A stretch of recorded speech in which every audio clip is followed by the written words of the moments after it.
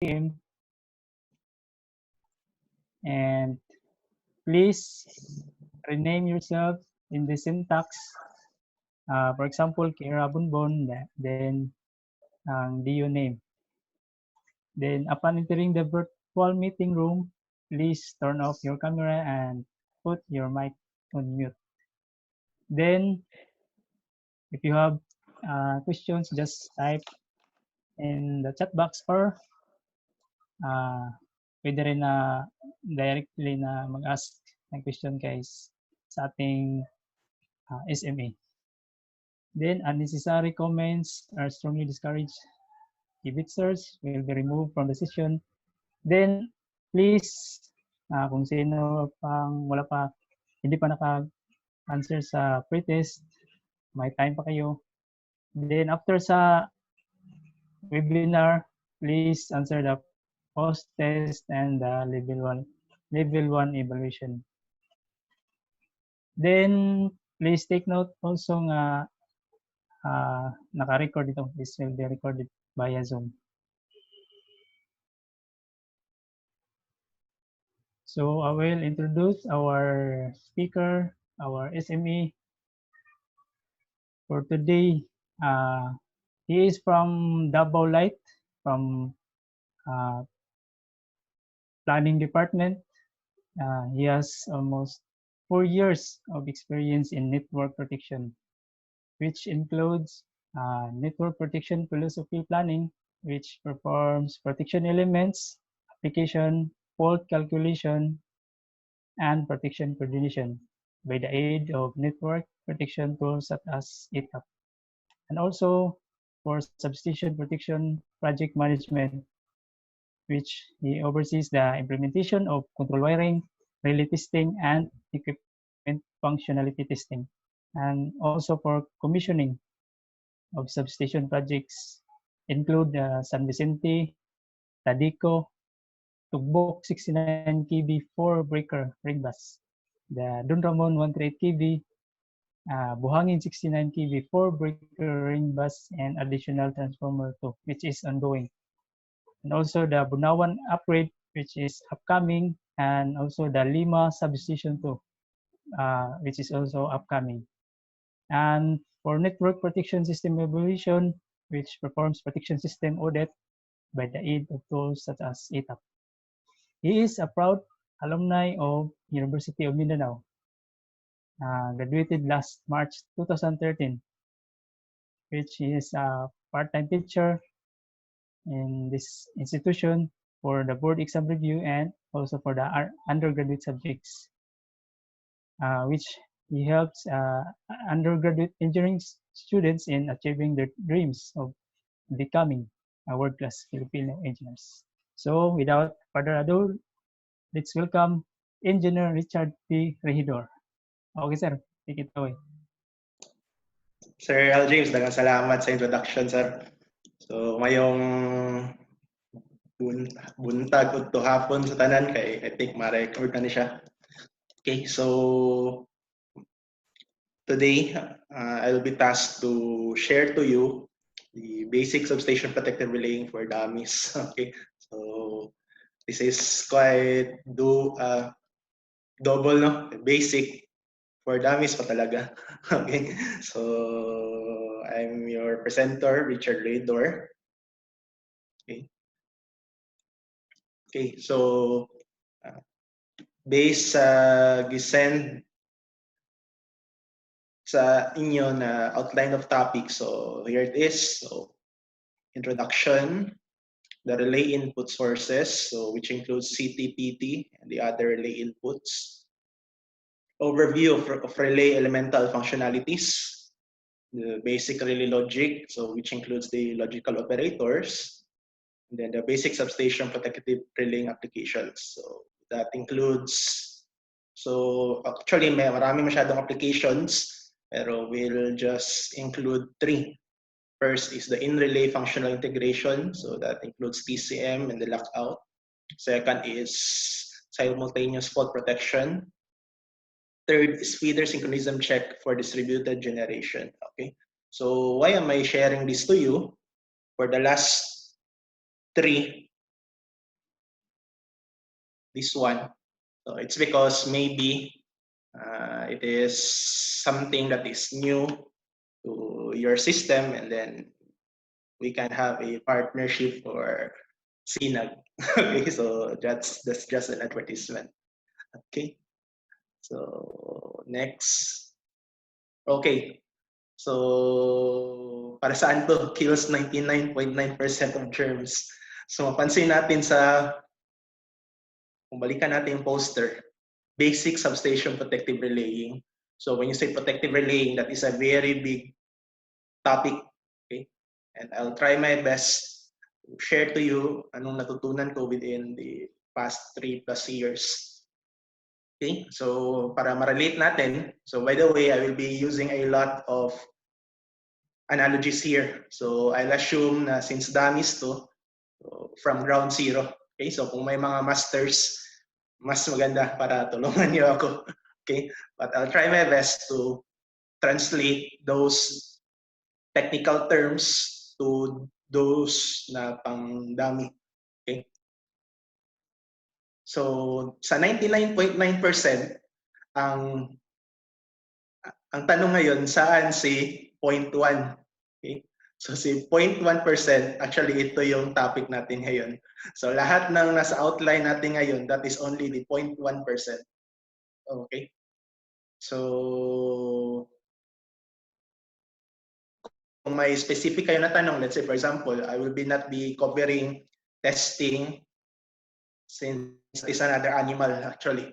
So when you say control wiring, I will touch a little bit but not that detailed. So again, that's another animal for another presentation. Okay? So 0.1 lang tayo ngayong hapon. Okay? Okay. So, okay. So to start things formally, so I would like to share this one. So the expert in anything was once a beginner. Okay? So actually, nag-start ako last 2017. So actually, galing ko sa academe. And then, when I came to Double Light, so parang nayanig yung what's pagto in Tagalog, parang yung mga paniniwala ko na pang electrical engineering. So, iba pala talaga kapag application. Okay? So, with this, I would also like to take this opportunity magpasalamat. Okay? So, first is Sir, Diyos natin, of course, for giving me the wisdom. Second, of course, is sa mga sirs and moms na tinuruan talaga ako dito. Okay? So, actually, marami-rami kayo. So, first, si Sir Mar, si Chan Chan, si Migs, si Ems. Then, for the protection testing, si Sir Jonathan, si Carlo Pax, si Pers, o si Michael. And then, for the instrumentation, si Sir Edgar. And then, also, Sergio. And sino pa ba? At sa marami pang iba. Okay? So, I will try my best to share everything na natutunan ko since I still consider myself as a beginner. Okay? So, since hindi natin alam sino nagsabi nito, pinalanganan ko na lang. So, let's name her Dr. Ligaya Almundo. Okay? Or Joy to the World. So, Merry Christmas tayo sa lahat. Okay? So icebreaker lang konti. So, next. All right, so this is now the introduction of the protective relaying. Okay, so I think last time we had a session also, Friday seminar about the basics of the distribution system. Okay, so protective relaying, actually it covers the whole power system. So galing sa generation, the transmission, then I suppose this is the distribution side. Okay, so we have the subtrans customers, primary customers, and the secondary. So I think we're here. Okay, so primary and then secondary. And also for some subtrans na customers, especially for the 69 kV. Okay? So, and then of course, balikan rin natin yung napagagandang seminar ni Sir Jonathan Medalla about the short circuit calculation. So I think the figures are still the same. So this is the percentage of the typical short circuit that's happening. So it means that for 70 to 80% all the faults, those are single phase to ground, or what we call as your SLG. Okay, so phase to ground, so phase to phase and three phase. Okay, so tama pala, before I forget, so special thanks to SCL for the presentations. So I'll give credit to where it is due. So sa SCL ito galing na presentation. Basta ganito na font. Okay. Next. Okay. So I think this is a mandatory no para sa lahat ng protection seminar. Okay. So we'll start off the videos. So first we will try to answer. So ano bang components or equipment ang pinoprotektahan natin? Okay. So although our seminar is more on the substation, but we will more appreciate it from the faults na the overhead. Okay? So we'll play the video. So actually, nandito lang sa YouTube. Ay, sorry.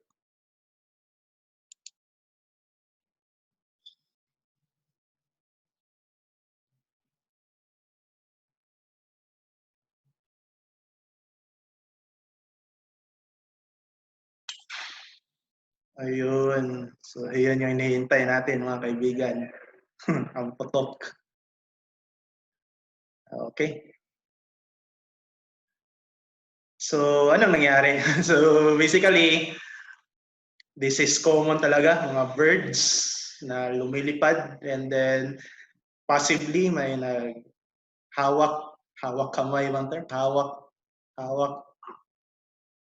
Hawak wings. Okay. So yun, nagdikit ng at least dalawang linya. So that caused a fault. Makita rin natin na there's something that protected. So when you say protected, we protected the lines. Kasi kung di na clear ang fault, malamang putol na to na linya. So that is being protected by, kung makita nyo, may bagsak. Stop natin. Bumagsak ang mga fuse cutouts. Okay? So these are the protectors natin. Okay? So that's for the distribution lines. Next video. Okay. For higher voltages, let's say for example 69 kV or 108 kV, sa pagkakalam ko, wala nang power fuse na available to protect such lines. Okay, so what will happen? So, this one, so find this very, I'm using one term. So, tingnan natin ano nangyari.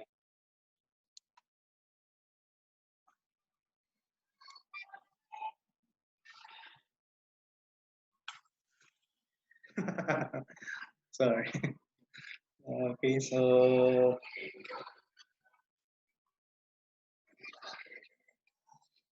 yun. Okay, so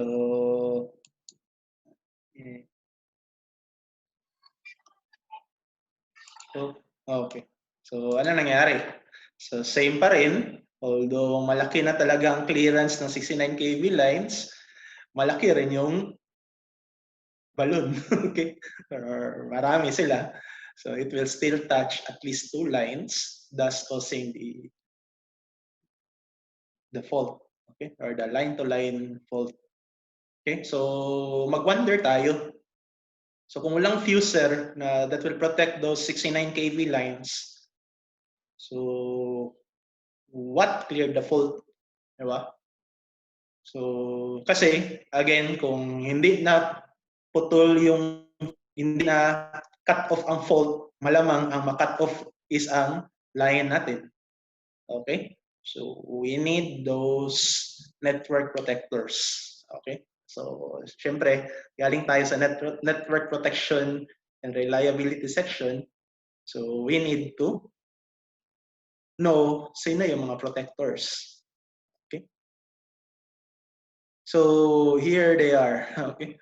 So these are your network protectors. Okay? So actually, ang protector lang talaga dito is itong si this is actually taken at Don Ramon, 138 to 69 kV substation here in Davao.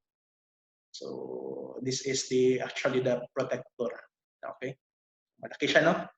Then yung iba, so these are your disconnects. Okay. So this is the one that interrupted the current or the fault. So another question is, how does this work? Okay. So next. Okay. So actually, I have a short video lang on how circuit breakers work. Okay. So let's play. Ay, sorry.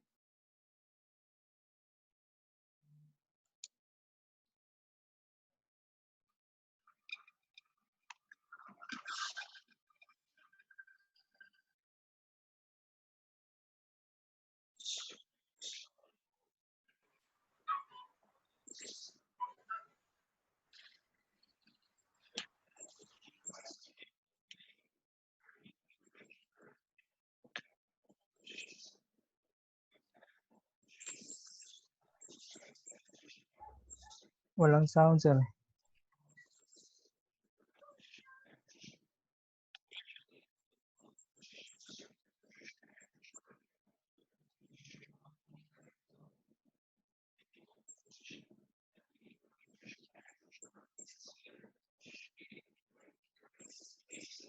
Hindi meron sound, sir.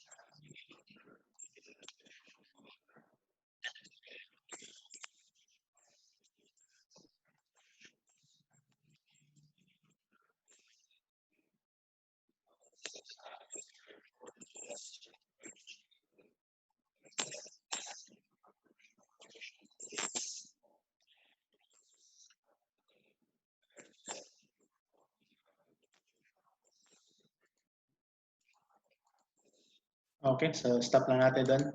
So, in my experience, ang nakita ko na breaker is more on the vacuum, pati yung sa SF6. So, although may oil pa akong nakita, pero wala na akong experience sa oil circuit breaker. Okay. So, next. So, that is how our network protector lang pala to. So, that is how our network protector works. Okay. Okay, so brief recap lang. I think this was already discussed by Luciano. So the protection system must be reliable. Okay, so when you say reliability, it has two facets. So first is dependability. So in layman's term, when you say dependability, it will trip when needed. Okay, so dapat kung may fault, not trip, not trip dapat si circuit breaker with the aid of the relay. Okay? So para mas madali maintindihan, so sino bang pinaka-dependable na tao sa tingin ninyo? Okay? So may isip ko is si Carlo Delisay. Okay? Cardo wala. So bakit siya dependable? Kasi di ba, kung mapansin sa probinsyano, basta may mission, so kahit marami pang masaktan dyan, as long as the mission gets done, okay lang. Okay, so nandyan siya kung kailangan mo. Although, kahit hindi mo kailangan, nandyan pa rin siya. Okay, so baga nasobraan lang siya ng dependability. Okay, so ano bang tagline ni Carlo Dalisay? Okay, so tagline niya is, kita ko rin sa internet, so iputok mo. Okay, so yan, iputok niya. Okay, so bakit that? Okay, so anyway, so again, that's for reliability. So first is dependable ang protection system natin. Okay? So second is another video. So this was actually with joint na trabaho from seat. So relay replacement. And after relay replacement, so we were tasked to monitor the energization of our Tundramon T1 na Shilin. So that's 50 MVA. Okay, so abangan natin kung anong nangyari sa video na to. Okay.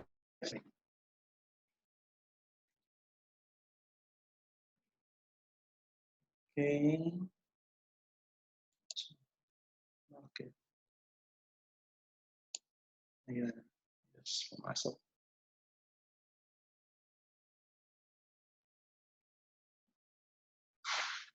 Okay. So, anong nangyari? Wala lang yung nangyari. Okay? Ulitin natin ha, baka may na-miss tayo.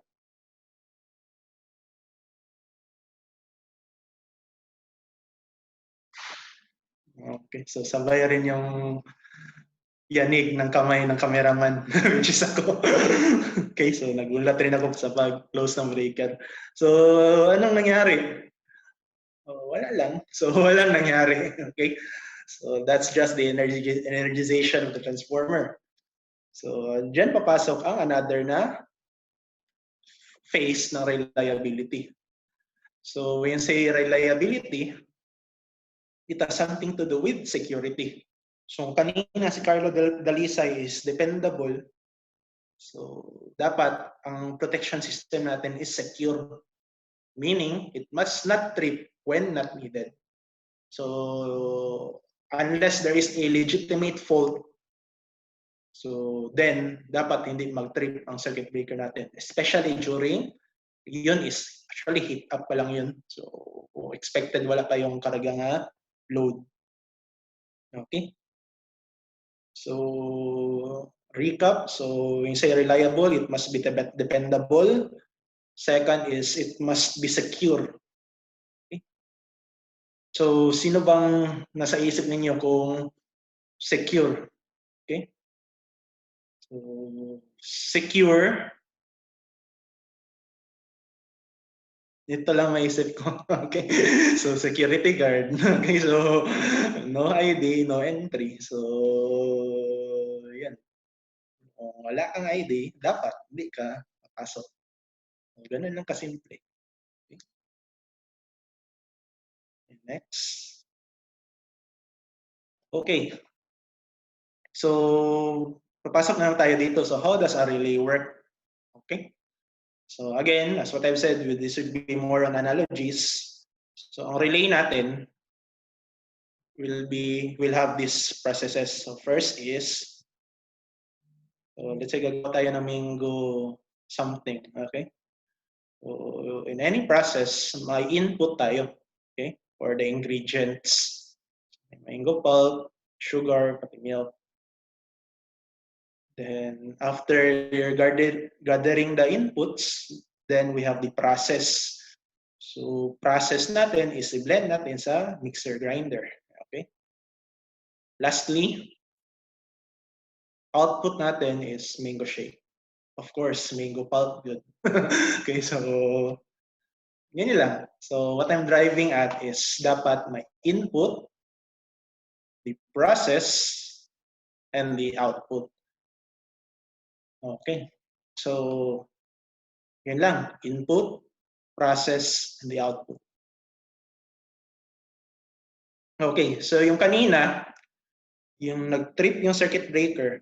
So this is actually the circuit, okay?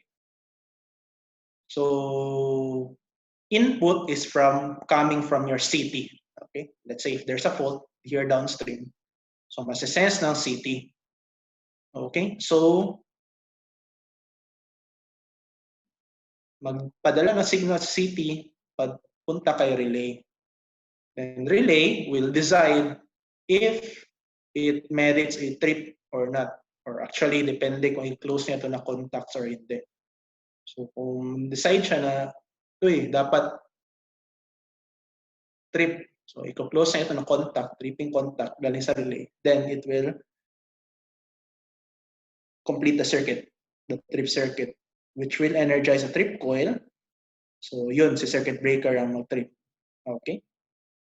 So, i-relate natin kanina sa dito, sa mango shake process. Dito, the input is your CT, in which ipaprocess ni relay based sa nasagap niya na input. So that process, depende sa kanyang settings, will merit kung kailangan i-close tong relay contacts or hindi para matrip si circuit breaker. Again, para mas madali, understand. Okay, so ito. So, di ba circuit breaker, if you remember sa video, that is a mechanical device. So why mechanical? So it's because it is designed to handle large amounts of fault current, but for a short period of time. Okay? So ito. So mechanical man, so something to do with maskulado. Okay? Pero, anong mapansin nyo? So anong maliit sa kanya? So, ang maliit sa kanya is yung ulo. Okay? So malaki yung katawan pero maliit yung ulo. So kailangan niya ng assistance. Especially kung ang breaker natin will be tripping 138 kV or 69 kV levels. So kailangan niya ng extra na utak.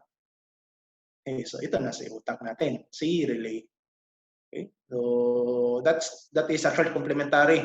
So para maggagawa itong malaking katawan, kailangan ng relay na mag-decide kung trip or no trip or kung ano pang gusto mong gawin actually. Okay? So now, we'll be proceeding with dito. So simple protective relay. So actually this is a block diagram from SCL. So ang input natin is current, voltage. Okay? So papasok natin sa relay, and then of course that will be powered up. So of course may settings. So dito na, it set, relay, thresholds, and operation time. So kung kailan siya magti-trip basically, or kung kailan siya mag-alarm, or kung kailan siya magsasend ng other signals to other relays. Lastly, based on that decision, dito na tayo sa output or the dry contact. The contact used to energize circuit breaker trip coil. But actually, don't limit yourself to energizing the circuit breaker trip coil. Pwede rin siya, as what I've said, pwede siya mag-send ng annunciation papunta sa annunciator natin. Or pwede siya magpadala ng signal as an input papunta sa other relays. Okay? So, depende sa design mo. Okay? So again, nandito pa rin. Kung balikan natin yung mango shake process, input process output. Dito, input, the process, there are settings, and then the output for the dry contact. Okay? No, tama pala. So, trivia question na. Trivia tayo muna. Okay? So, before we proceed sa next section, so, actually, ang pangalan ng game natin is Face Mask Game lang. So, di ba, dapat kung naka-face mask, dapat na takpan yung ilong pati bibig mo. So, dito, medyo simplihan lang natin. Okay, so actually, I prepared 5 questions. So, kung sino makauna, so i-chat mo lang sa chat box. Then, ayun lang, bigyan mo lang yung full name niya. Or, yeah, okay. So, yan, number 1. Sino siya sa tingin ninyo?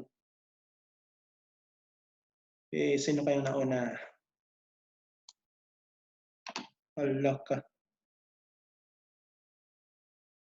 Donut. Okay, so pagduado, sabay pagdapig-dapig, nauna si Sir Bubot Padillo. Yay! So, Rodrigo Roa Duterte. So, siya ba talaga? Na-scam tayo. Ayan, so siya pala talaga. Okay, so basically ganito lang yung mga tanong tanong natin. Okay? Noted So, sila rin. kanang lisod, ayaw ka bala ka, Sir Jeff, kay natay mga lisod doon niya. Okay? Sige. So, yan. So, noted to na, sir. Nadaogo na kay si Sir Bubot. Okay? Bubot, Padillo. Sige.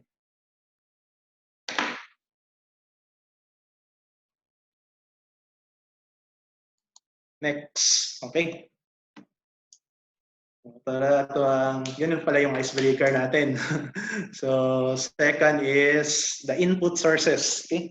So, as what I've said, kung balikan natin yung mango shake process natin. So, ano yung mga something na dapat kuhaan ng input ng relay? Okay? So, ano yung mga something? Alright. So, doon papasok si CT pati si PT or VT. So, I think almost all of us are familiar. So what are the functions of the instrument transformers? Okay, so when you say instrument transformers, so they accurately reproduce primary voltage and current signals at secondary level suitable for protective relays, meters, etc. Okay, so remember we are protecting high voltage equipment. So, ang relays natin, they are rated at low voltage, relative low talaga. Okay, so that's why we need to transform those high voltage or high current signals to something suitable sa protective relays and as well as yung meters natin. That's why there's a need to have these current transformers and voltage transformers.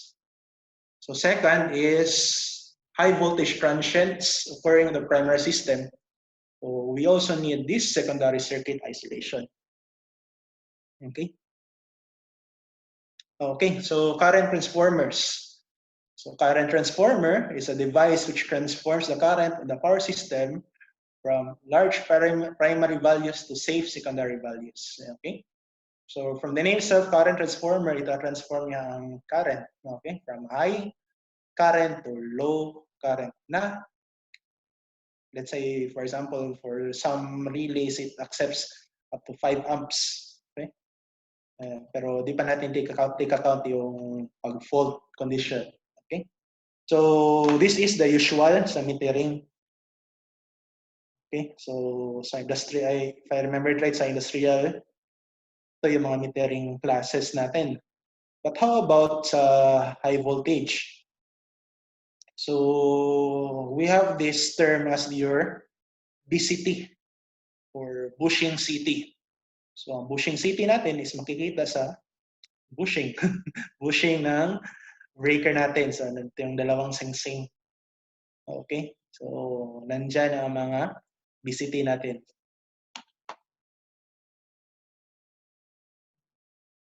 Same story with our transformer. So we have this bushing CT rin sa ating transformer. Okay, so dito lang yan sa terminals niya. Okay, so since we're dealing with CTs, so we have to know the basics of the dot convention. Okay, so when you say dot convention, it means that yung primary side, I think very self-explanatory drawing. Let's say kung dito papasok ang primary direction ng primary current natin, so the secondary side, doon lalabas yung transformed na current natin. Okay? Papunta sa relay, and this is the grounded side. Next. Okay. So, unti-untiin na natin. So, our cities actually define our zone of protection. So, as what I've said, the relays need to protect something. So, ano yung something? So, that can be anything. So, line, transformer, motor, generator, etc. Okay? So, kung sino yung protected object mo, so the zone will be defined by your cities. Okay? So, tingnan natin. So, let's say, itong gitna, itong protected object natin, then, so this is our current CT na orientation. So, makita natin na may reverse pati forward. But actually, in some relays, we can also set this one. Okay? Let's say, nabaliktad mo yung CT mo dito. Kung wala ka na magagawa, pwede mo baliktarin na lang sa relay. But that is not advisable. So, kung as much as possible, yung physical na orientation ng CT natin ay change natin. Okay? So, this is actually taken from the relay manual. So, this is our typical na current transformer connection. Okay? So, in this case, it is for overcurrent protection para sa feeder level. Okay, so that's why we are using cell 751. Okay. Okay, next. PT or VT.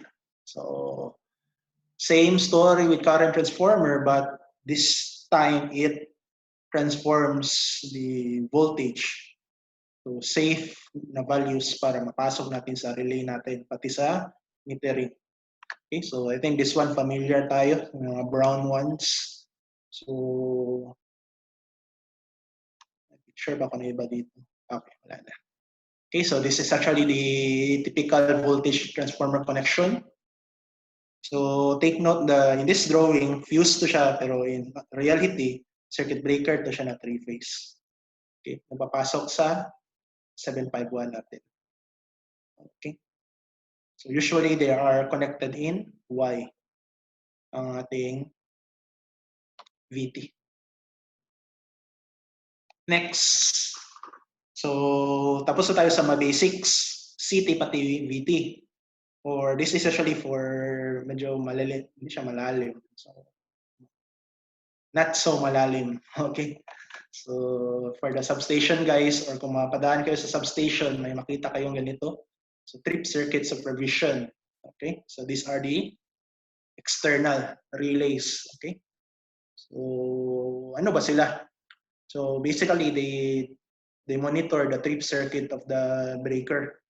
So basically, ang kanilang duty is to make sure that before tayo mag-close ang breaker, dapat okay ang trip circuit. Kasi there's a danger if makapa-close tayo ng breaker and then hindi tayo makapatrip. Okay? So ang concept niyan is dapat pigilan natin na mag-close ang breaker kung hindi siya makakapatrip. Okay, so this is for the external. I have seen this one, ABB. Ito is our touch. Okay. Second is we have also the strip circuit monitor. So same pa rin na duty. So it monitors the trip circuit. However, this is actually an input papunta sa relay natin. Okay, so we'll touch the logic later. Here's the typical na diagram. Okay. So, tanong sir, so ano bang mas maganda sir? In relay, ito this one, or gamitan natin na external? So, ang sagot dyan is, although it depends. Okay. Pero actually, ang drive natin ngayon is to maximize our relays na siya na mag dala ng trip circuit monitor. Okay. Second is itong lockout. Okay. So, lockout, so actually this is the one na medyo familiar rin ng iba, especially for transformer na protection. Okay, so if there's a differential tripping or breaker failure, then this external lockout relay will trip. Okay, and then it will prevent also the closing. So when you say prevent the closing, that's the closing interlock. Unless i-reset mo to. Okay. So ito na. Closing interlock. So basic lang. So it prevents the circuit breaker from closing due to predefined conditions. So dapat hindi tayo makapa-close ng circuit breaker kung first is relay is turned off or defective ang relay. Okay? So dapat hindi tayo makapa-close. Second is trip circuit supervision asserted. So, meaning there's a trip circuit defect. So dapat tingnan. Another is synchronism check. So we'll tackle this one later, and then lockout operation. So unless ma-reset natin itong lockout, so di tayo makapa-close. Okay? So that's for the closing interlock. So baka kasi ang iba, let's say, or in the future, ma-assign sa substation and then may trouble. So bakit hindi ako makapa-close? So ito yung sagot. Closing interlock is either you reset the lockout or yung mga moves ng masters, may ibabypass sila. Okay? Or hindi na yung pang dummies, pang master na yun. Okay, okay, next. So, face mask game na naman. So, question number 2. So, guess his screen name. Okay, so kindly chat your answer in the chat box. Okay, so di na pwede mag-answer si Sir Bobot. Ano na siya? Ano bang napanalunan niya?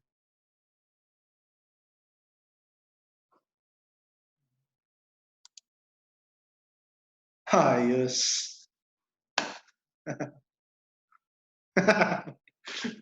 Iba rin to si Sir Carlo. Okay. So, congrats Ronel. So, pwede na to si Pooh. Si Pooh. Okay? Or pwede siya si Manny Pacquiao. Okay. So, Ronel is the second na nanalo. Okay, sir. Yes. Noted. Good. Okay. So, number pang iba. I think may sunod pa to. Yun. Question number 3. So, guess sino tong naka-mask? So malalaman dito sino ang Daghan na kailangan, sir. wow kailala sir. Sino kaya? Idol. Yun. So, congrats, Sir. Wow, iba rin. Iba talaga si Carlo P. Okay. So, nanalo is ang nauna is si Sir Jepoy. Okay, so totoo ba talaga? Baka na-scam tayo. Yan, okay. So iba nalawi. Okay. Actually, she's holding our protection philosophy manual. Okay, so this is actually my intro. So ang APD protection philosophy manual, so nandito lahat ng protection and philosophy natin sa nasusunod ng APDU. Okay, from 138 level down to the feeder levels. Okay. So actually, heads up lang rin. So this is undergoing revision. Then this will be rolled out soon. Okay. But actually, halos lahat ng sinasabi ko nandito lang sa Protection Philosophy Manual. Pero ito, hindi na to pang dummies. So, kailangan to ng matinding basa. Okay? Depende kung basa muna tayo ng chat. Okay, so bakit naka-protect? Okay.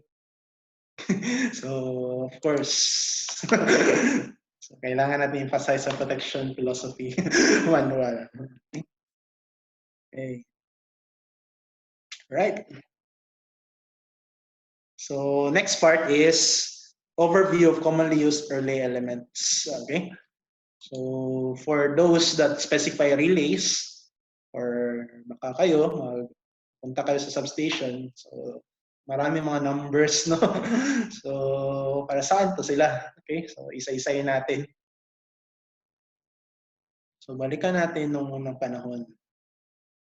Okay. So actually this was taken sa tertiary protection panel ng Don Ramon T1. Although wala na siyang tertiary. Okay? So ano to? So noong unang panahon pala, one function is one relay. Okay? So fully makita ninyo.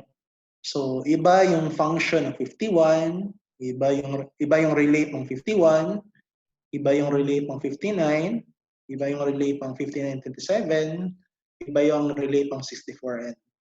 So, isa talaga. Kung isang function, isang relay yan siya. Okay? But take note, this is already high-end nung panahon nila. Okay?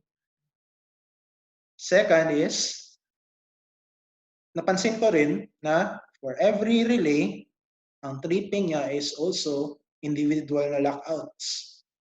So, there's one lockout for every relay. So, balikan natin na. One relay, one function is one relay, and then kada relay, may sarili siya na lockout. Okay? So, mapansin ninyo, isang buong panel ang makain niya. Okay? So, actually, hindi pa kasali dito yung mga test switch. Okay? So, ngayon, ang drive natin is multifunction. So, we mean that ang isang relay can have the functions of 4 or more na mga relay functions. Okay? So review na lang. So we have this ANSI device numbers. So sensor ANSI. And then ito rin yung commonly used. So let's say 51, time over current. So I think na-discuss na rin to ni Luciano last time. So time over current, 50 is instantaneous, 67 is directional over current, 21 is distance, 87 is differential, and then 52 is circuit breaker. Okay. Oh, yun. So, itong tatlong importante. So, 87L. So, kung may katabi na letter si number, so that designates kung anong klase na, let's say for example, anong klaseng 87 siya. So, 87L is line differential relay. 87T is T, that's for transformer differential relay. 87B is bus differential relay. Ano pa bang iba? Ito, 49T, that's for transformer thermal protection. 50BF, so say BF, that's breaker failure. 25 is synchro check. Okay. Actually, there are many more. Okay. So, ito yung parang paulit-ulit na. Okay. So, na application. Okay. So, daanan natin kung paano mag-function yung mga settings. First is 51. Okay? So, I think this is kasali na sa overcurrent protection, pero review lang natin. So, when you say 51, that is time delayed. Okay? So, meaning, inverse time, time delayed. So, meaning, the time, liliit ang time kung lalaki ang ating current. So, kung makita natin sa curve. Okay? So, curve shape. So, depende kung anong gusto nyo na curve. So, that depends on the relay. At yun ang standard na sinusunod ninyo. Okay? So, that's for time delayed. Second type of protection is instantaneous. Okay? So, ito, disclaimer, differential protection is easy in theory. Okay? So, easy pala. Talaga, sir. So, meaning nito is current in. So, if this is your protected object, let's say bus. So, let's say this is our cities. So, dapat tama lang ang summation. So, kung anong papasok, yun rin dapat ang lalabas. Okay, or this is the summation form. Okay, ito pala. Okay, so this is the more generic one. So, remember, we have three types of, as far as I know, sa experience ko sa may tatlo, so 87L, 87B, pati 87T. Okay? So, in the ideal world, current in is equal to current out. Okay, so let's say if this is your protected equipment, can it let it be transformer, line, or your bus. So kung anong papasok, dapat yun rin ang lalabas. And then, yung makita ni relay, so since ang pumasok is same lang rin sa lalabas, then dapat walang difference. So that is what you mean by this one, OP, or the difference. Okay? Kung, in this case, external fault. Okay? So take note na dapat hindi ito mag-operate kasi ang fault is nasa labas. Okay? Let's say, for example, na may feeder fault, so dapat hindi mag-operate ang transformer differential natin. Unless, swerte ka, nagka-fault rin dito. Okay? So may ganun kasi na instance na may fault sa labas and then parang may kinikim-kim na to nagalit hanggang lumabas na. Lumabas na rin yung fault niya. Okay? So tawag nun is swerte ka talaga. Okay? So, next, that's for the external. And then disclaimer lang if this is the ideal scenario. So what if the fault is internal? Okay. So brief recap lang, no? So di ba from our basics, ang fault current will be papunta sa fault point. Ganun lang kasimple. So in this case, let's say kung may source on both sides, or actually pwede rin kung walang source dito sa kabila. So kung internal ang fault, meaning, let's say for example, typical substation na lang natin. Let's say walang source dito sa kabila, and then ang fault is hanggang dito sa loob. So, yun na. Ang current in is no longer equal sa current out. That's why mag-ooperate na to instantaneously.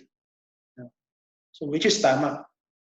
Because the fault is within the zone as defined by your cities. Itong dalawa. Okay. And then as per APD protection philosophy, any differential fault, differential relay operation will result to a lockout. Okay. So, yun lang. Actually, yun na yung basics ng differential. But, kung gusto niyo ng mas malaliman, so as what I will tell you, this is another animal rin. I think another seminar tong transformer differential. Transformer lang, iba pa yung line differential, pati bus differential. Because you have many things to consider. So as what I've said, ang disclaimer natin is this is in a real world. But how about if non-real, non-ideal world man tayo? So we need to address some inconsistencies. Okay. There. So next function pala is event reporting. Okay, so let's say for the other DUs, so baka magtanong kayo, so bakit kailangan palitan ng SCL relay or any relay na maka-record ng event? So that's the question actually papunta sa management. So ito yung isa na driver. Okay, so this is event reporting. Okay, so these are helpful, especially kung may trip. Okay. Makita ko dito is, for example, kung electromechanical, so kung nag-trip ang electromechanical, kasalanan ni relay. Di ba? So, but then, we are not able to solve the problem. So, we need event reporting para maka-post-fault analysis tayo. Okay, so, actually, this is a sample screenshot isang SAL relay. So, actually, pwede SEL, pwede ABB, pwede GE, pwede iba. Mga recloser, Jingkwang, Tabrida, at iba pa.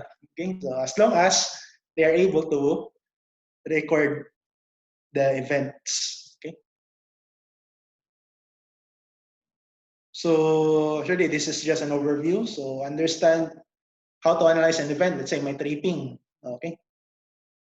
So understand expected operation first, then collect events and other information, and then look for exceptions for an expected element, and then compare actual operation to expectations, and use data from manufacturers and software, find root cause, and then develop and test solutions. Okay, so yun lang. Itong lahat will stem kung may event reporting tayo. Okay? So we need to collect events para i-analyze natin. Ang term niyan actually is post-fault analysis. Okay. So that is also needed, especially dito sa last part, develop and test solutions. So if we need to correct the settings or correct the logic settings, we need to replace the relay. So ganun. Okay. So next. So this is actually the screenshot na rin. Actually, galing to sa internet. So this is, or actually we also apply this one. So makakita tayo ng waveform. So makita natin kung anong klaseng fault ang sense ni relay. This is especially helpful kung let's say makita mo na nag-trip sa relay or nag-trip ang breaker pero sabi is fault not found. So the question there is, may fault ba talaga na nangyari? So this is the one that will clear things up. So may fault na nangyari, but then for example, kung sanga ng puno yun, and then nasunog, so hindi mo na makita yung nasunog na sanga or baka na pulbos na yun. That's possible. Or dahon ng coconut. So sunog yung dahon ng coconut, baga wala ka ng ebidensya. Kaya sinabi ng crew is fault not found. But in reality, may fault talaga. Okay? So, may fault, di lang natin nakita. Okay? And then, makita rin dito kung anong elements ang nag-assert. Okay? Sige. So, basic relay logic. Okay, so next part is basic relay logic. So, kita ko lang sa internet. So, pala Android. So, Nandroid, Natroid, Oroid. Okay, so sino ba sila? If you remember sa college natin, so we have come across them. So we have come across these Boolean expressions. Okay, so this is actually important sa relaying. Okay, so ito kung this is symbol ng OR. So A or B, so ang output niya is C. So when you say output, that's this one with a circle. Okay, so para mas madali maintindihan, A or B meaning the contacts are in parallel. So meaning yan ay either one, yung isa sa kanila is logical 1, then your C is logical 1. Ganun na yan. Yun yung ibig sabihin niya. Next is or, so this and. So A and B. Okay? So meaning yan, mas madali maintindihan dito na circuit. So they are in series circuit. Okay. So para mag-1 tong logical 1 tong C, so dapat silang dalawa must be 1 also. Okay. So ito, I think tricks na to siya. So A, B. So makakita kayo ng circle na maliit, that is not. Okay? So meaning yan, nag-not muna siya before pumasok sa gate and then nag-output. So para mas maintindihan, so ito. So nag-not muna tayo kung B, then siniris natin kang A. So kaya naging A or not B, so equal to C. Okay? So yun lang. So for now, yan muna ang basics ng logic. Okay, so exercise na tayo. Exercise. Alright. So create the logic equation. Okay. So paano ba mag-create ng logic equation, sir? So first and foremost, so actually makita rin to sa manual, anong meaning ng 50P1P, 51P1T, itong SV05. But for the purpose of discussion, so gawa na lang muna ng equation and then mamaya na natin i-tackle anong ibig sabihin nila. Okay? This should be there. Okay? So from this circuit, so ano yung logical equation niya? Okay? So muna. So ano yan, sir? So ang output natin is SV05. SV05. So anong relationship ng 51P1P pati 51P1T? So tingnan natin sa kodigo. So ano bang operator ang nakaparallel? So tingnan natin sa kodigo.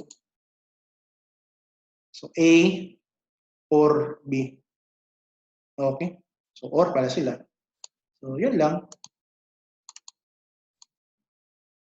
50P1P or 51P1.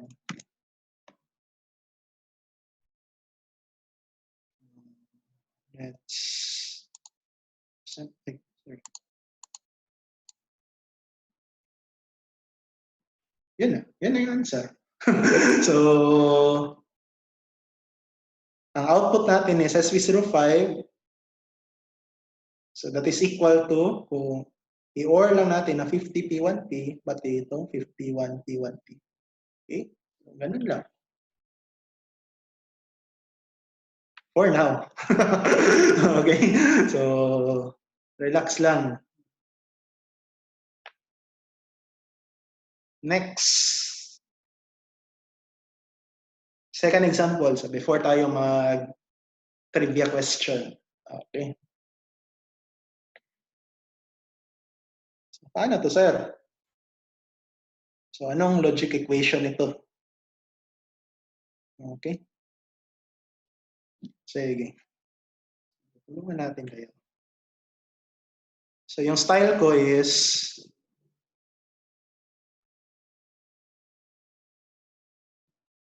start ka ng output. So, output mo is itong si TR.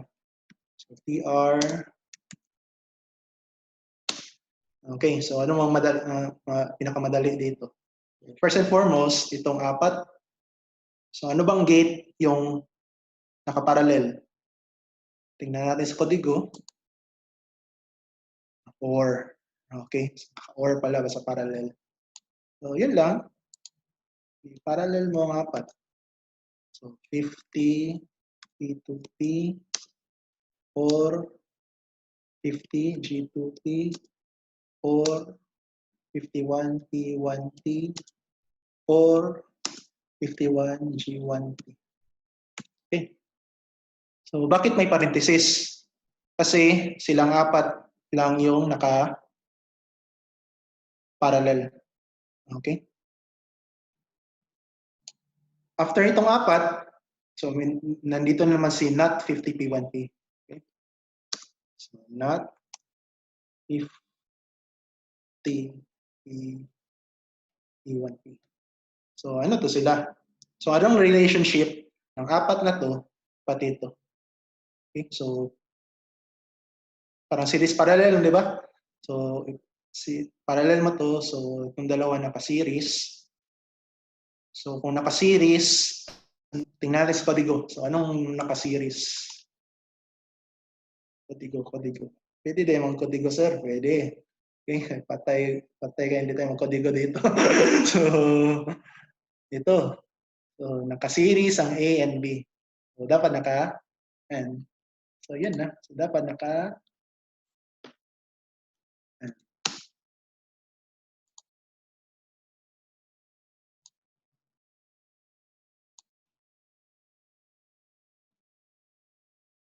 Yun lang. Okay?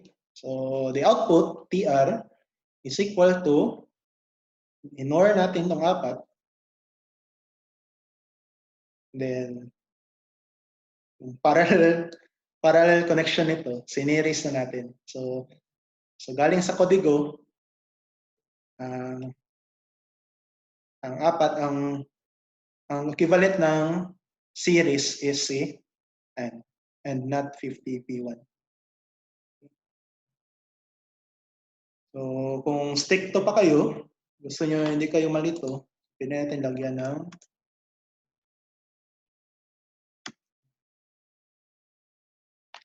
okay.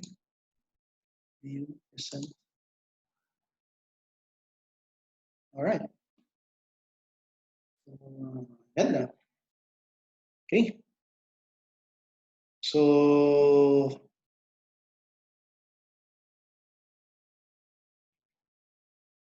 actually, we'll have, after this one, mag-CR break, time out muna tayo ng mga 5 minutes. Okay? Pero sa others na hindi mag-CR break, so this will be our trivia question. Sige, so unahan lang. So gawan nyo lang muna ng logical equation. Okay? Sa chat box. Okay, so sa others, so mag-CR break muna tayo. So mga 5 minutes. So balik tayo by 3:16. Okay.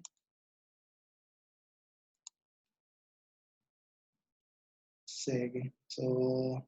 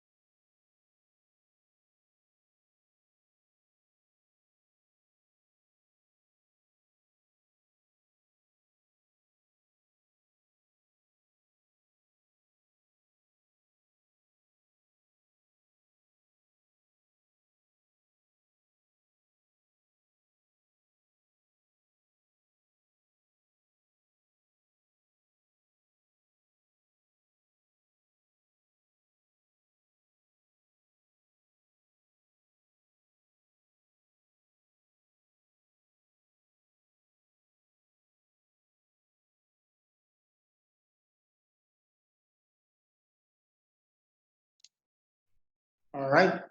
So, lagpas gamay, no? So, 3:17. So, tingnan natin ang chat box.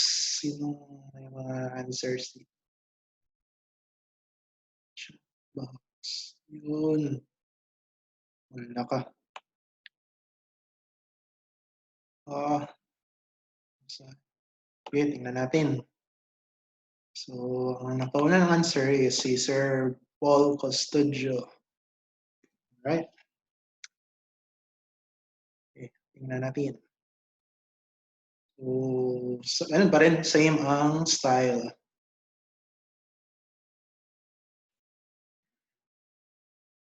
Okay. Sige, so first, start tayo sa output. So, TR. Sige, so, ano, depende sa inyo kung ang unahan nyo is yung madali or yung mahirap. So, in this case, may mga madali naman dito. itong dalawa. So, since naka-parallel, so yung parallel, based sa kodigo natin, naka-OR. Okay? So, naka-OR pala tong 51T1, 51T1T,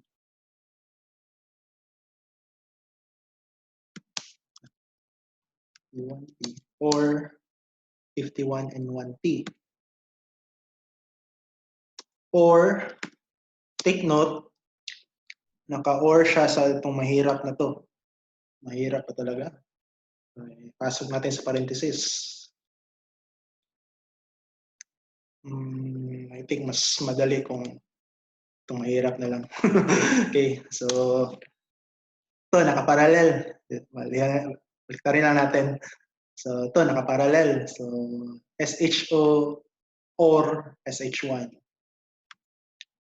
SH2 or SH1. And then, itong dalawa nakaparallel rin. 50, P1P, or 50, and 1P. Okay? So, parang series parallel. So, parallel, and then siniris natin. So, series is, tingnan natin sa kodigo, naka-and. Okay? So, and pala itong dalawa. Okay? So, since isang branch to sila, ipasok natin sa isang parenthesis. Okay? And then, doon na, itong mga madadali. So, since nakaparallel itong 51P1T, or ito, 51 and 1T. Okay, so, view, present. So, ito na. Okay, so, or natin, o in-or natin itong dalawa, and then, in-and natin, and then, ang combination nila is nakaparallel. Okay, kaya, yan. Okay, so, tingnan natin. Oops. Okay.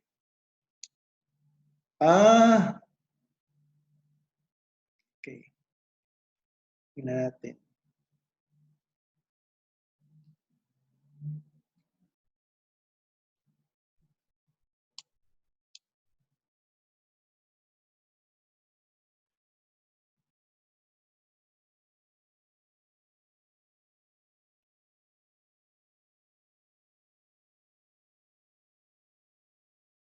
Okay. So, actually tama si Sir Paul Custodio. Pero may valid na tanong si Leonard Carl Paquit. So, Sir Chard, ask ko lang kung 51 P1 P, 51 and 1 T, hindi ba yan naka-normally close contact? So, tama nga naman. Okay, pero ang convention natin usually is dapat yung diagonal. Okay? Pero since sipiat ang drawing, which is sabi ni Nikola Tesla, so i-void na lang natin to. Okay, so sorry Sir Paul, Sir Paul. Sige lang. Consider natin Sir Paul, sir, kasi siya yung nakauna. Okay. So nanalo si Sir Paul Custodio. So yun sir. Okay, thank you sir. So, thank you for pointing that out. Hindi ko rin napansin na. Okay. Sige. So next. So basic substation protective relaying application. So I think we're down our last part na ba to? Okay. So first is trip circuit monitoring. So ito yung sabi ko kanina na kung mag-cut tayo ng budget, so ayan yan ang external na TCM. So ipasok nyo sa relay. Okay? So yun yung magbibigay ng interlock. If ever may problema sa tripping circuit. Okay? So this is the logic. Okay? So magwa 1 to siya, logical 1, ay yung logic if may bad. Okay? Next is in relay lockout. So para mas madali maintindihan, so I'll show to you a video. So yun, na-implement namin na bus differential relay na nasa loob na yung lockout. So via relay. Ay, sorry.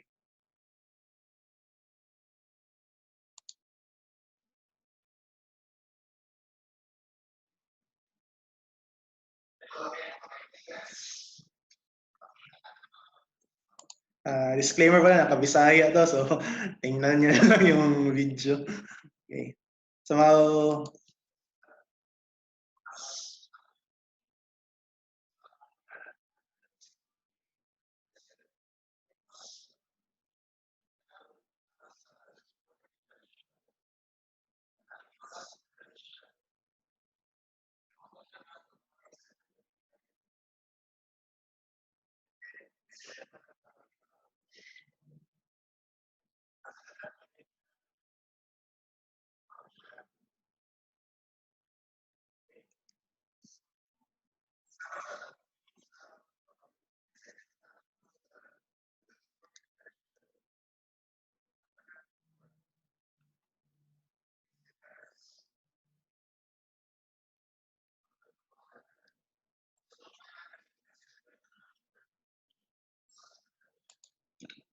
okay. So, anong ibig sabihin nun? So, basically, kung hindi mo ma-reset yung lockout, hindi ka makakapa-close ng relays mo. Ng breakers mo, so I mean. Unless ma-reset mo tong lockout. Okay? So, another tip pala, if ever ma-assign kayo sa substation or sa protection, so always ask the end user. Okay? So, kaya mapansin ninyo, may blinking play ko na lang. May blinking action. Ano yung pag-reset? Okay. So, hintayin natin yung pag-blink-blink. Okay, so blinking, that is already also done via programming. Okay? So, yun, kailangan nyo rin tanungin yung end user ninyo. So, actually sila yung nag-advise sa protection na i-program nyo in such a way na first, if possible, before mag-reset, maghintay mo na ng 3 seconds. Same principle rin sa pag-trip. So, 3 seconds muna before mag-trip, mag-close or mag-reset ng lockout. Okay? So, why 3 seconds? So, sabi nila is, at least may konting window pa if ever mag-change ang decision, may 2.99 seconds ka pa before ma-release yung push button. Okay? Unlike kung isang pindot, I think na-experience nyo, isang pindot trip or close ka agad. So wala ka ng room for change of decision. Okay? Next is why blinking? So kung ilagay natin yung sarili natin sa perspective ng operations, so blinking meaning that sa tingin ko kung pinush na yung push button, ma-feel nila na, uy, gumagana pala itong ginagawa ko. So, parang ganun yung concept. Kasi kung walang blinking, parang hindi tama ginagawa mo, di ba? So there must be something na may mag-feedback sa'yo. So that's one way. That's via blinking. So yun lang. At the end of the day, so tanungin natin yung operations. Kasi at the end of the day, sila yung pupunta sa site. Kasi for example, may bus lockout. So sila yung magre-reset. Okay? And then, by the way, depende rin to sa number of outputs. So, nangyari dito is may a couple of outputs were used para sa tripping pati interlock. Okay, so, kailangan nyo ng malaking relay. That's why itong C487B ang ginamit namin. Okay? So, I don't know kung gawa nyo ng paraan na 751. Okay? So far, yung in-relay lockout namin is na-implement namin via this one, 487B. Which is tama nga naman kasi medyo mahal to na relay so kailangan i-maximize. Okay? Next is simultaneous fault protection. Okay? So when you say simultaneous fault, so para mas madali maintindihan, so ito na. So marami kasing instances na nagka-simul fault kami. Especially itong mga lines na patong-patong or double circuit. Okay? So this is also prevalent kung palabas ng substation or let's say ito makita ko mga intersection na to. Okay? So ito yung mga bagay na di talaga natin maiwasan. Depende, especially kung medyo puno ng linya. Okay? So yun, there are two cases on point. So in this case, tatlong feeder ang trip sabay-sabay, Ponciano. So dahil sa flashover, so yung nakita nyo na birds kanina, so yun yung usual na culprit. So I don't know kung may malaking birds pa na present dyan. Okay? Second is pre-1 and pre-5. So actually, ito rin, tayo disconnect rin. So caused by electrocuted bird. So bird with big wings. Okay, so yun. So anong solution? So mangyari kasi dyan, kung magsabay itong tatlo, let's say in this Ponciano, if I remember that, may 5 or 6 feeders ata to. So kung may 5 or 6 feeders ka, kung magsabay-sabay itong tatlo, ang magti-trip mo is yung 69 main mo. So may drawing ko dito. Yun. Okay? So for example, basic lang. Kung may double circuit ka palabas ng substation, then may bird with big wings na lumipad, then there will be simultaneous fault dito. Pero take note, KCL, so ay makikita dito is individual na current. But then, ang nakikita ni 69 or ni 13.8 or ni 23, I don't know ano bang ibang voltage level, basta dito, let's say 69 kV main, ang makikita niya isang summation. That's why, usually, ito yung naunang matrip. Bagsak lahat. Instead na yung faulted lang, sana isa itong dalawa. Okay? So, yun. So basically, ang solution dyan is simultaneous fault protection. So ang concept niyan is, kung itong dalawang feeder, they will sense a pick-up. So meaning, uy, may fault. So sabihan nila si logic processor. In this case, the logic processor is your 69 main. Uy, may dalawang fault, ay may dalawang simultaneous fault in different feeders. So instead na si 69 main na mag-trip, so utusan niya lang itong si feeder 1 pati feeder 2 na, oh, bagsak kayo dapat. Okay? Para at least, masave tong tatlong feeders. So again, ulitin ko, may simultaneous fault on dalawang feeders. Ang nakikita ni main is the summation. So usually, ito yung mag-trip una. So para maiwasan, so si feeder 1 pati feeder 2, sabihan niya si 69 na, uy, may fault kami, sabay. So si 69 main ang mag-decide na, uy, ibagsak ko na lang ko yung dalawa. Para masave ko tong tatlo. Okay? So kasi kung mag-trip tong 69, basically bagsak ang whole substation mo. So at least kung itong dalawa lang, so may mas customers ka pa na save. Okay? So ang question dito is how do we implement? So may dalawa kami na-implement. So pwede hardwire or IC650 goose. Hardwire meaning you'll wire na feedback na kasi 'di ba kailangan mo sabihan 69 main na uy, may pick up kami. So yung signal na yun, i-wire mo yun papunta sa 69 main. Para sa 69 main na mag-decide kung ibabagsak niya tong dalawa or hindi. So that's hardwire. Second is 650 goose. So goose meaning wala ka na hardwire. Pero ang gagamitin mo na lang is si Ethernet cable. So this is more on the networking. But same objective pa rin. Sinabihan mo si 69 main na, uy, nag-trip. Ay, sorry, may pick up. So it's either hardwire or goose. So kung anong mas madali, depende sa situation. For example, ang na-implement ko is IC650 goose. So mas madali siya kasi, in my experience, pwede mo matrabaho in advance yung pag-install ng switch, Ethernet cables, buhay pang substation. Then patayin mo na lang for testing. Unlike tong hardwire, na unless mag-risk kayo, risky talaga to. Mag-wire talaga kayo ng if you can afford a longer shutdown, mas maganda.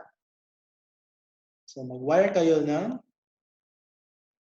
signals from the feeders papunta dito sa logic processor, which is the 69 main or the 13.8 main. Okay. So, yun, it depends. Another na nakita ko rin is what if hindi SEL relay? So, hindi ko pa natry kung hindi SEL relay. So, maka-share dyan paano kung hindi SEL relay. Pero, actually, kailangan talaga sa pick up. Okay? Galing sa dalawa. Okay? Sir, meron question. Oh, sige. Sa chat. Sige, Sa Sarah. chat. Tingnan ko muna. Chat. Sir De La AL De La Cruz. Alright. So, ang tanong, for simultaneous full protection, do we need to change the relay settings of either 1 or and 2 or just a logic only? Okay, good question. Actually, logic lang kailangan. Okay. So, yun lang, yung logic niya na kung magpipick up, dapat sabihan niya 69 main. Pero kung paano mo sabihan 69 main, so doon na papasok. Kung hardwire ba, magwa-wire ka na separate papunta sa 69 main or via goose yung gamitan natin na switch. In our case, we use RSG sa Siemens. Okay. Yun. Okay. So it depends talaga kung hardwire or maraming factors kung hardwire ba or mag-ethernet ka. And then second is if you can afford a shutdown para mag-hardwire. So yan, it involves risk. Depende sa appetite mo. Okay, so noted. Okay, thank you. So yun lang. Hindi pa namin na-try ko, hindi cell relay. Okay? But hopefully, the near future we'll be able to implement na hindi cell relay. Okay. So next is, I think this is the last one. Synchronism check for distributed generation. Okay. So actually, lapit. So feeder synchronism check. So if we remember yung sa EE natin, so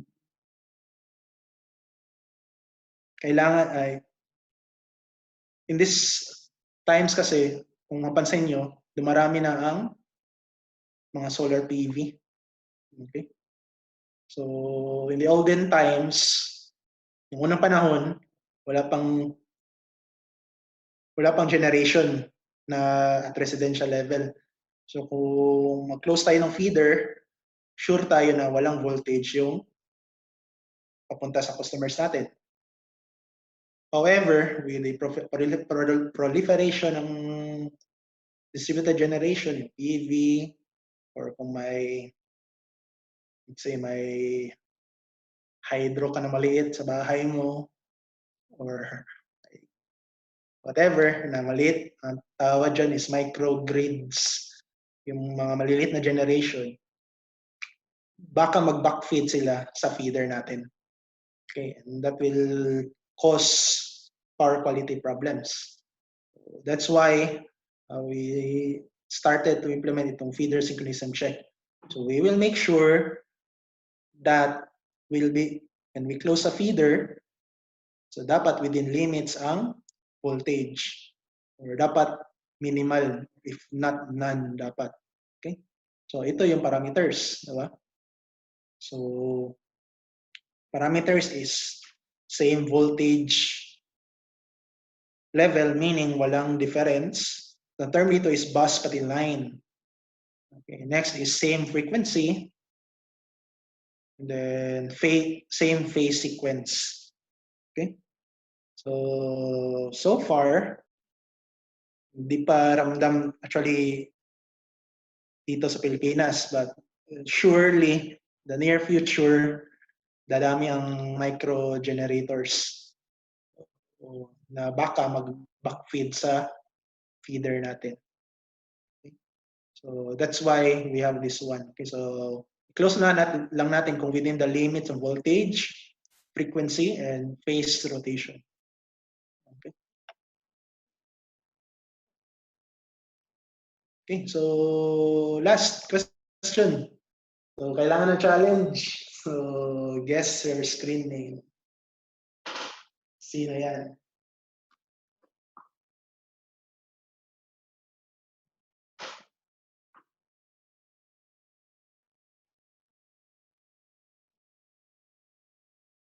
Wala pang nakakasagot.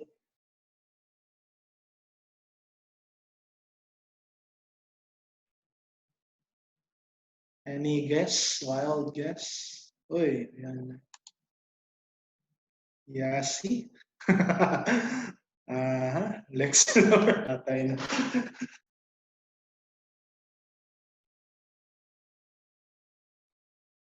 Sayang yung limpak-limpak na price.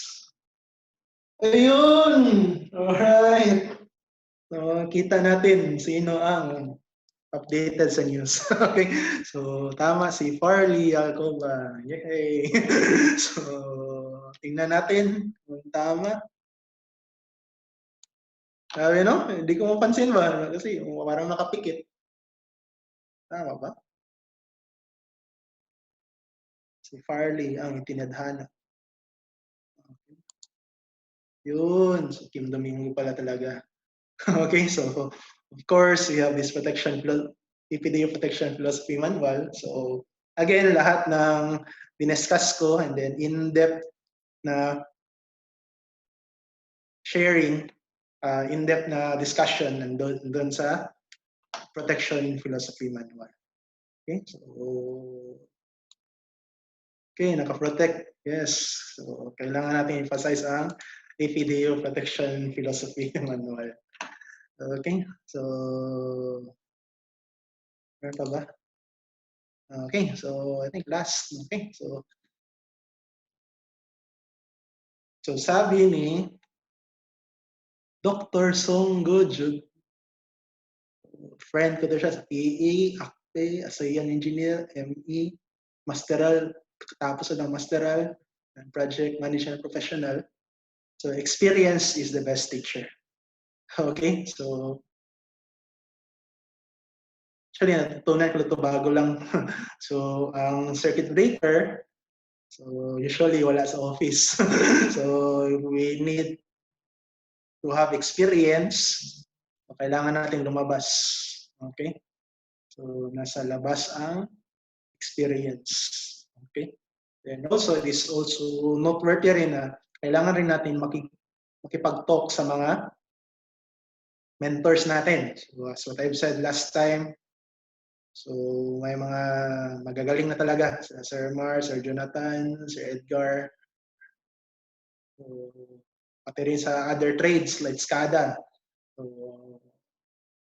kailangan talaga makipag-cooperate sa kanila para makuha mo yung tamang experience. Okay? Pero sabi rin ni Dr. Song Goju, teacher rin, maganda rin ang experience mo kung teacher. Okay? So, baka may makashare dyan kung ano experience sa teacher. Okay? Sige, so I think that's it. So, maraming salamat. So, questions? Okay. Na is chat box.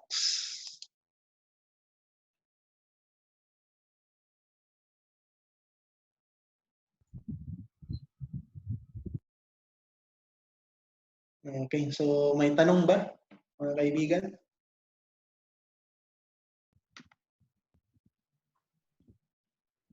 Parang wala nang question, sir. Wala na? Really? So, very good. Kay Sir Sunday pa, very good, very good. So, wala nang tanong. So, that's it, sir. Salamat, sir. Okay, picture muna tayo. Picture, sir, picture. Class picture.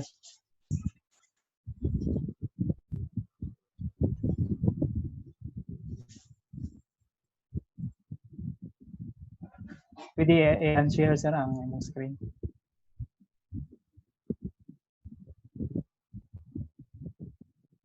Okay, class picture please.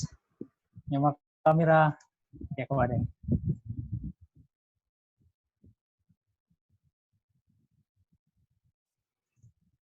Asa man si Iwan? Ay, Ivan.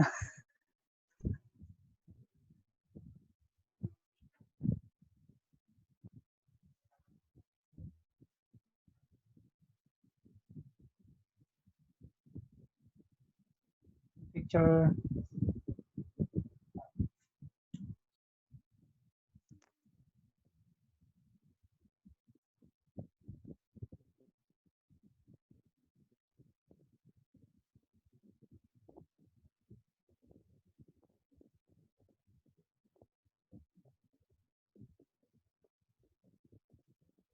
Okay.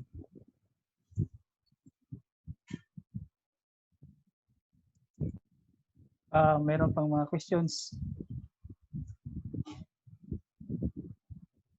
Wala nang questions. Okay, salamat. Salamat sir, Sir Charles. Okay. Thank you rin, sir. Thank you guys for listening. Okay, thank you for sharing your experience, knowledge. Then sa mga participants din, maraming salamat. See you in next Friday's with Paradigm. So by the way, please answer the post test and level one evaluation. Okay, thank you everyone.